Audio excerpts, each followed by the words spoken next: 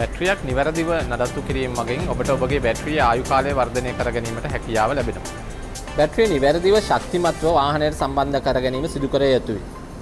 එහෙම නොවුනොත් එහෙම අනවශ්‍ය ලෙස බැටරිය ගැස්සීම වලට ලක්වීම නිසා බැටරිය අභ්‍යන්තර කොටස් වලට හානි වීමේ හැකියාව තිබෙනවා.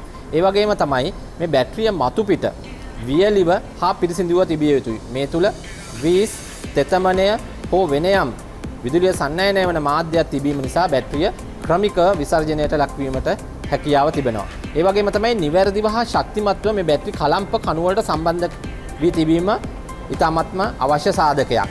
මේ මත විවිධ සංයෝග සැදී තිබෙනවා නම් විකාදනයට ලක් වී තිබෙනවා නම් ඒවා නිවැරදිව ඉවත් කර ගැනීම සිදු කර යුතුයි. ඒ තුලින් මේ බැටරිය උපරිම ධාරිතාවය ලබා ගැනීමට අපිට හැකියාව ලැබෙනවා.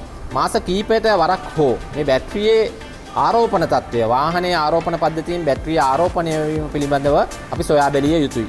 ඒ මගින් මේ බැටරිය අධි ආරෝපණයට ලක්වීම හෝ මද ආරෝපණ තත්ත්වය නිසා බැටරිය අකාලයේ අකර්මණ්‍ය වීම අපිට වළක්වා ගැනීමට හැකියාව ලැබෙනවා.